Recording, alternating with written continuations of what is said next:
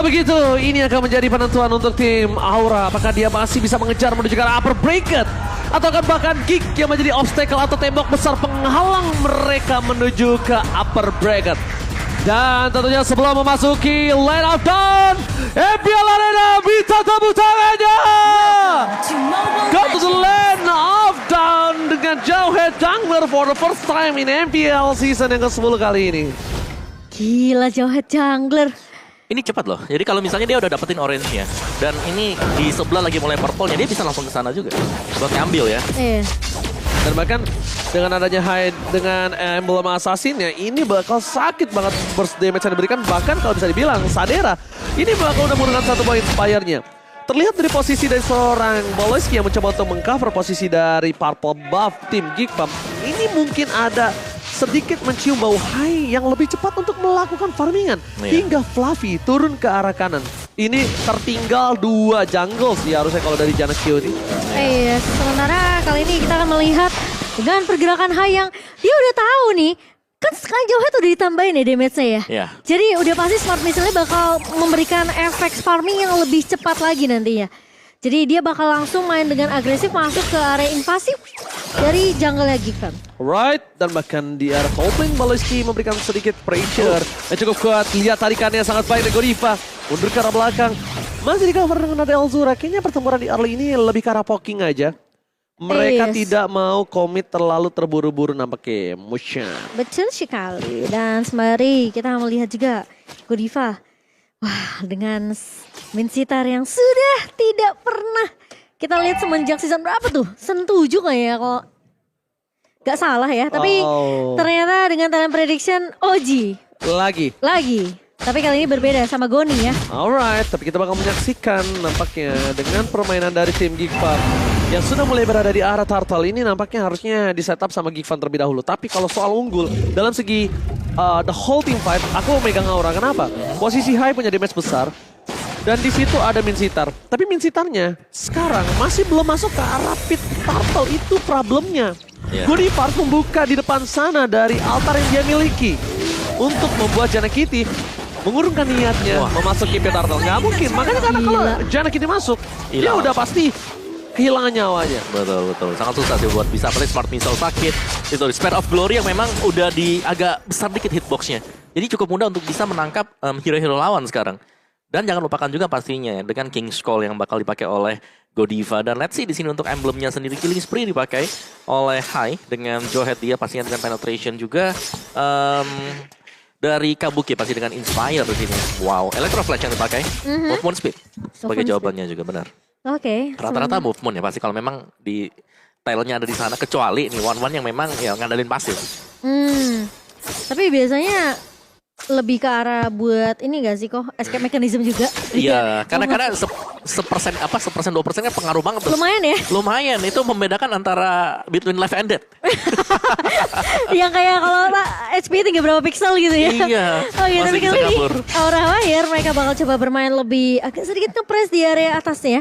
Dan Kadera kali ini sudah mulai dicicil juga dengan ada Muddles yang di pop up oleh seorang Kabuki. Sementara dari fun fact grabnya Geek adalah salah satu dari sedikitnya tim MPL Indonesia yang memakai meta dorongan. Ini dia yang masuk Sako. Dari King's Call berhasil mendapatkan Kadera. Tapi di sana dari seorang Godiva merelakan diri di pick up untuk mendapatkan satu buah gold lane yang cukup mahal. Lihat, ketika King's Call dibuka ke arah belakang, Baloski Janakity tidak bisa bermain dan Elzura mencoba untuk memberi sedikit permainan dari tim Aura atas splitting di arah top lane. Tapi nampaknya tim belum cukup, belum bisa. Itu dia satu keputusan yang baik, bukan King's Call ke arah depan tapi ke arah belakang, biar tidak ada yang masuk sama sekali. Janakity nggak bisa bantu, Baloski nggak bisa nge-charge. Iya. Jadi mereka udah lumpuh banget ketika ada King's Call. Dan ini worth it banget karena yang ditumbangkan itu adalah Kadera ya. Lagi-lagi gold laner yang menjadi target yang perlu diprioritaskan. Tapi buat teman-teman jangan lupa untuk beli emote battle juga nih yang udah tersedia ya di dalam in-game. Langsung aja tim favorit kalian langsung kalian beli tuh. Lagi harganya. Kadang-kadang ente. Kadang-kadang ente. Oke, melihat setup turtle lagi dimiliki dari seorang tim Aura ini udah pasti masih dipegang sama tim Aura. Gak mungkin Geek Pump ini mau nabrak, gak mungkin. Bukan masalah mereka hanya kekurangan level, tapi mereka juga ada King's Call. Mereka punya daya jual yang tinggi sekali dari tim Aura. Mereka bisa ngejual mancing-mancing aja, tapi Gigfam nggak mungkin beli teamfight yang mereka miliki. Benar. Mereka terlalu kekurangan source untuk melakukan teamfight. Ya, Aura bahkan mereka main secara objektif banget ya buat yang sekarang. Tidak mengejar poin kill seperti yang kita ketahui biasanya. Furious Hammer untuk high. Jadi masih akan menuju ke Heptasis. Sebentar lagi. Alright. Di sisi sebaliknya Flavi masih bertahan hidup. Masih ada recall ini kali ini lihat langsung ada stikernya.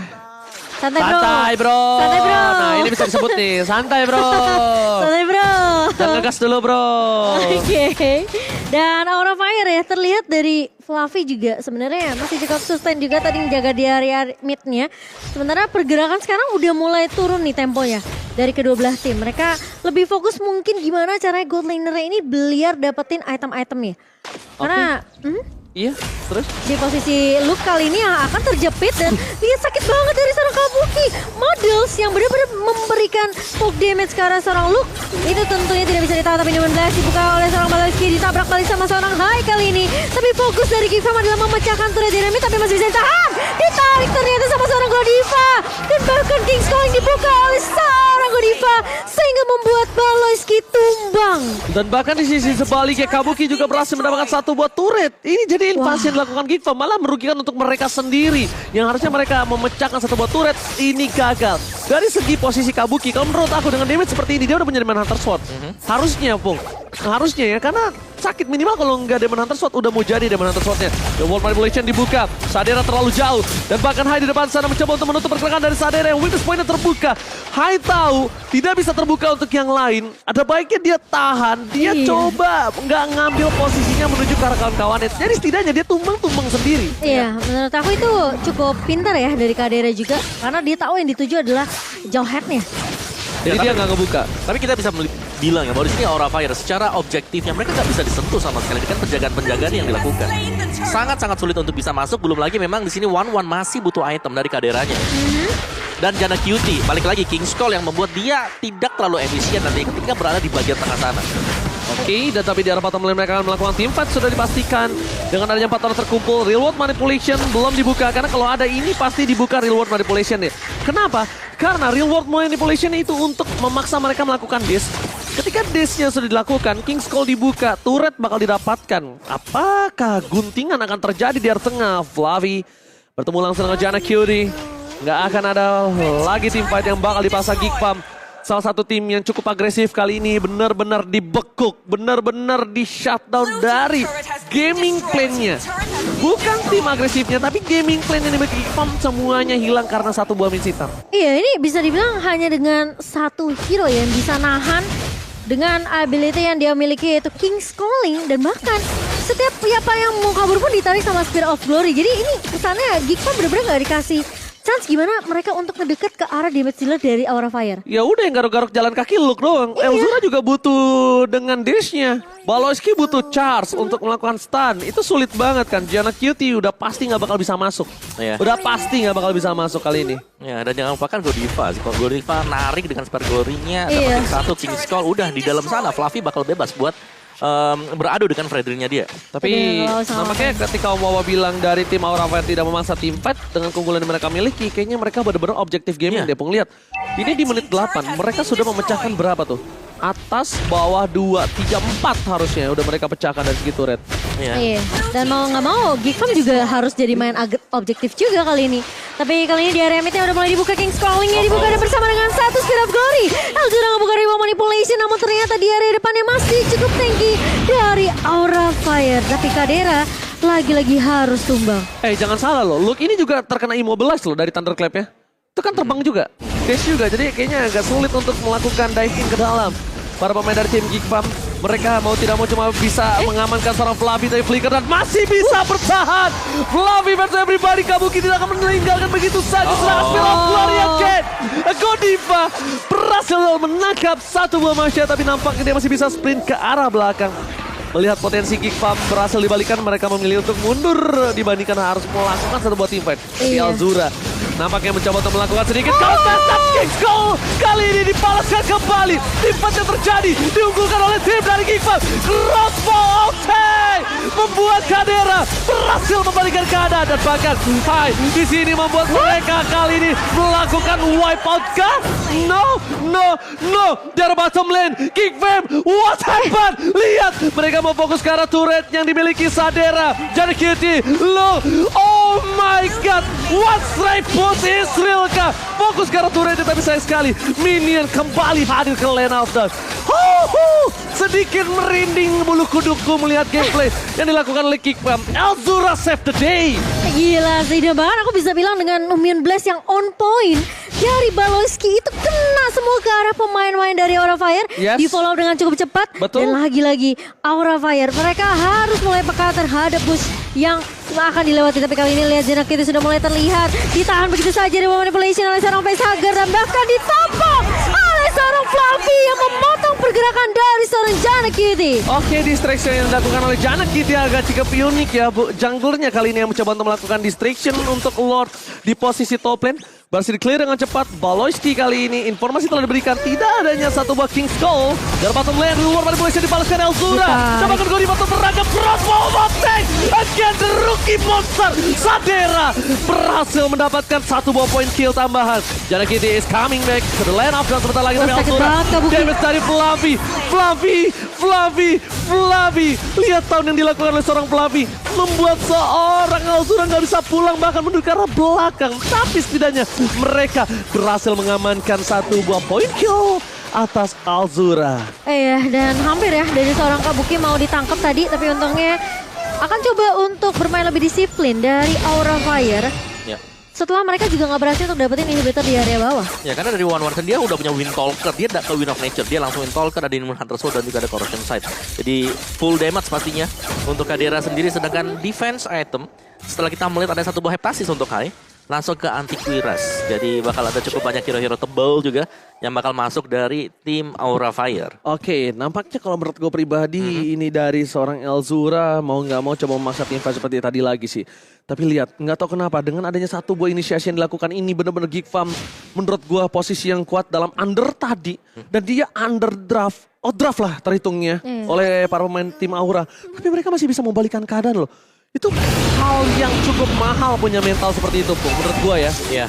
Karena memang sulit sih, apalagi kalau kita bisa dibilang ini lagi tertekan dari sisi item juga, tapi mereka pelan dan pasti di sini sudah mulai berhasil untuk kembalikan keadaan. Oke, udah tidak mulai ke arah Fluffy lagi sih, nggak boleh sih fokus ke arah Fluffy lagi sih kalau menurut gua. Kenapa? Problemnya, lu maksa Fluffy, dia tumbang pun itu problem. Dan look, yang tertangkap Spear of Glory nampaknya belum menjadi satu buah keuntungan untuk para pemain dari tim Aura Fire. Mungkin keuntungan untuk Aura Fire adalah ya dia ketahuan positioningnya. Tapi untuk melakukan team fight, kalau dia dapetin cuma Mashanya ini nggak baik. Godiva benar-benar harus tutup karena Janna Kitty. Janna Kitty udah tahu problemnya di situ, dia bakal dibekuk dan tidak ada sama sekali berada di map dari tim Aura Fire. Janna Kitty selalu berada di dalam bus kali ini Momo-chan. Iya, dan ini cukup bahaya juga karena Lordnya masih bisa untuk di-reset oleh Geek Fam. Dan sepertinya tim fight yang akan dibuka terlebih dahulu oleh tim Geek Fam kali ini. Tapi ternyata ada seorang bubble balls dari seorang Hai kali ini mengalahkan seorang Azura. Dibuka dengan manipulation. Dia bahkan Baloyski mencoba di depan. Numian Blast yang kena 3 pemain kali ini Kadera tumbang. Tapi bakal coba ditahan. Seorang Kabuki mencoba untuk mencicil dengan satu buah Maril yang di-pop up ke arah seorang Baloyski dan Azura. Membuat Geek Fam tentunya tidak bisa terlalu memaksakan tim fight. Baloyski bagus banget, dia lihat langsung memaksa tim fight dengan Numian Blast yang mereka miliki. Tim fight kali ini benar-benar adil. Sadera tukul Hai, ya hitungannya masih oke. Dan mereka bahkan membuat Aura Fire pukul mundur untuk tidak bisa melakukan satu buah lot. Gua nggak tahu kenapa. Ini entah siapa yang komen. Gameplay Geek Fam cukup mengerikan di posisi yang under. Ya, yang lagi tertekan mereka bisa kembalikan bahkan dengan pengambilan keputusan yang cukup bagus. Oke. Betul, tapi Numian Blast tadi. King Skull kali ini sudah terdeteksi. Reward manipulation. Baloyski nggak bisa bertahan. Damage terlalu besar. Mau tidak mau King Skull untuk mundur kali ini nampaknya Geek Fam harus merelakan Lord yang sudah di-enhance Momo-chan dan juga Opung Wawa. Iya, karena ini inisiasinya tuh kebanyakan memang harus nunggu Baloyski sih. Dari Geek Fam sendiri ya. Numian Blast-nya kalau kena di follow up dengan adanya Elzura tentunya dengan Terrified-nya. Dan bahkan Luke juga yang bakal ngincar ke arah seorang Kabuki. Tapi masalahnya ketika Kaderanya tumbang tentu Geek Fam akan kehilangan bisa dibilang power untuk dari segi damage-nya. Oh ya. Dan jangan lupakan di sini ada Yves, Terus juga ada Bincitar, berarti bakal ada 2 playground untuk Aura Fire. Real World dan di dalam Real World ini ada King's King's Call. Call. Iya. Itu udah kena slow, gak bisa Udah kabur. gak bisa keluar pasti. Udah pasti bakal mudah ditumbangkan lah oleh pemain-pemain Aura Fire. Ini nggak tahu kenapa melihat adanya sebuah potensi flanking yang dilakukan Jana Kitty sih mau nggak mau cuma satu-satunya itu yang bisa dilakukan sekarang. Kenapa? Untuk front to back ini cukup impossible untuk Geek Farm dan Aura punya power itu. Tapi untuk melakukan belakang atau flanking kita nggak ada yang tahu. Godiva, Spear of Glory-nya belum berhasil mendapatkan siapapun. Fluffy memancing keributan di arah tengah dan bahkan di arah bottom lane. Lot sudah mulai masuk menuju ke base dari tim dari Geek Farm. Tapi Aura Fire tidak mengincar itu. Aura Fire mengincar di mana Super Minion bergerak menuju ke arah mid lane turret yang dimiliki dari tim Geek Farm dan fokus terhadap mid turretnya. Tidak ada yang mau masuk lebih dalam lagi karena mereka ingin bermain dengan aman. Nge-secure untuk game pertama yang sudah benar-benar di tangan mereka. Tapi King's Call dikeluarkan, Elzura menjadi pilihan utama. Godiva karena yang salah tapi lihat timnya cukup berbeda. Jana Kitty ter-take down. Kabuki save the day. Benar-benar gak ada yang bisa menghentikan pergolakan suara Kabuki. Dan bahkan fokus ke arah base-nya. Mereka yang mengamankan game pertama. Sadera bertahan semaksimal mungkin tapi nampaknya ini akan menjadi akhir untuk para pemain dari tim Geek Farm. Fokus ke arah base-nya dan Aura Fire take the game. Wow. Lihat team fight yang manis banget sih sebenarnya karena mereka punya banyak area of effect. Benar.